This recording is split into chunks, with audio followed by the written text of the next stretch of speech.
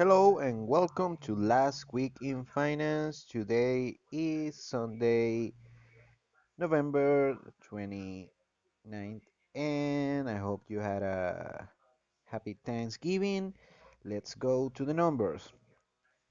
The S&P 500 in this short trading week went up 1.58%. Right now, the S&P 500 is at historic high 3,638 points.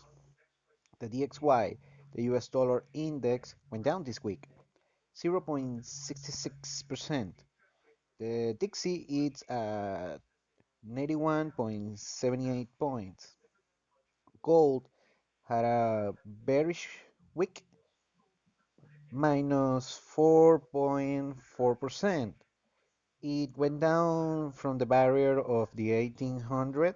Right now, the ounce of gold is at $1,790 per ounce of gold. Silver, of course, follows the trend of the gold and went down even further, 6.17%. Right now, the ounce of silver is at $22.67. Dr. Copper is went up this week, 3.41%. And right now the pound of copper is at $3.40. The other commodity that went up this week is the West Texas Intermediate crude oil. Went up 8% this week. Right now the West Texas barrel is at $45.53. Also, the yield of the 10-year Treasury bond slightly up this week. Right now, it's the yield, well, still a garbage return, but it's something 0.84% of the yield. Of course, the big news, the show in the financial market this week went to Bitcoin, which at some point of the week reached over 19,000 per Bitcoin, but at the end went down after Thanksgiving, went down 7.41% this week. Right now, the Bitcoin it's at 17,185 per Bitcoin. Of course, the main story this week is with Janet Yellen.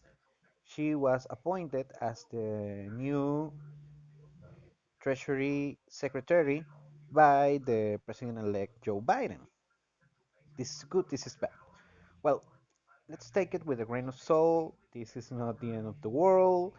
She's not this big communist that everyone is talking about, but yeah, I'm concerned, and you should be concerned as well. Janet Yellen was, in case you didn't know, was the former chairman of the Federal Reserve. In what is the thing that Janet Yellen is known of? Of course, keeping the interest rates low.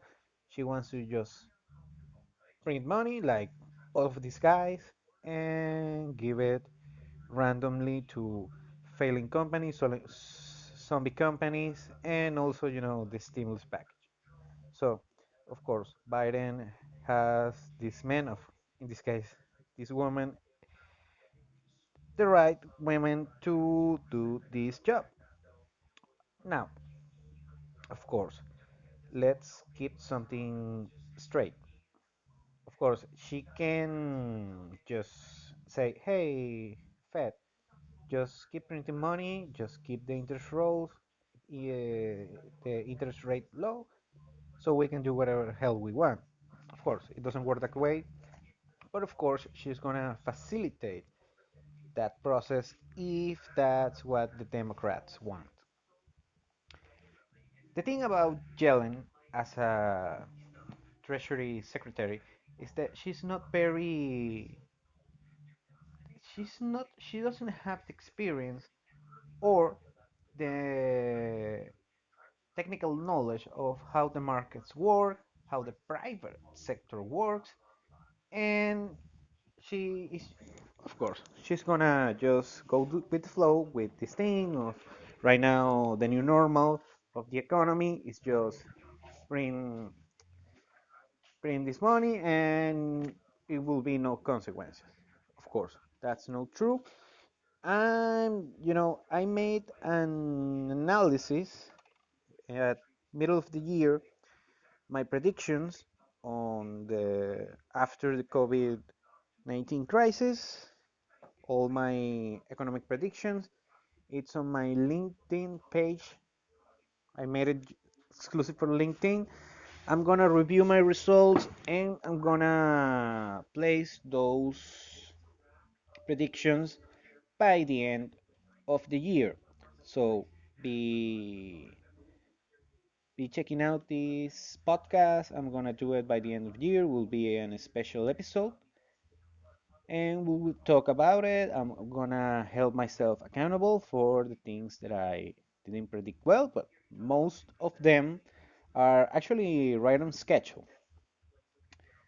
Last thing, I was watching this, I was looking to this graph about the delinquencies of mortgages and people who is not servicing their the rent payments, and it's gonna be a lot of evictions.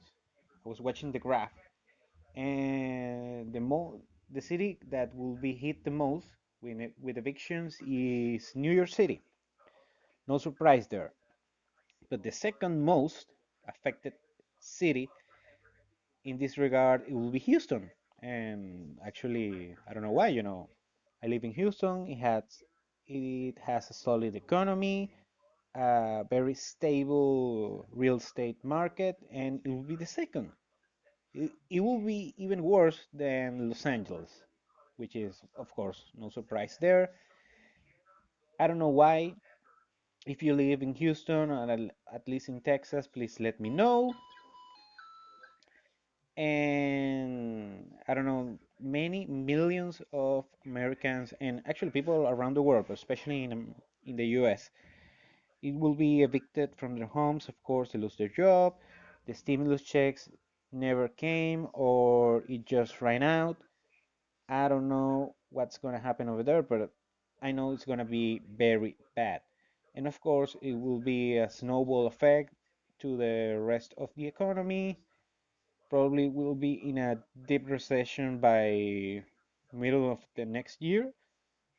I'm not saying that I'm glad for that, but it's the most likely scenario.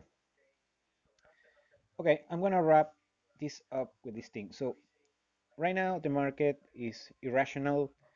Like Keynes said that the market can spend more time being irrational than you can be solvent. So make sane decisions, not just for the markets, in general.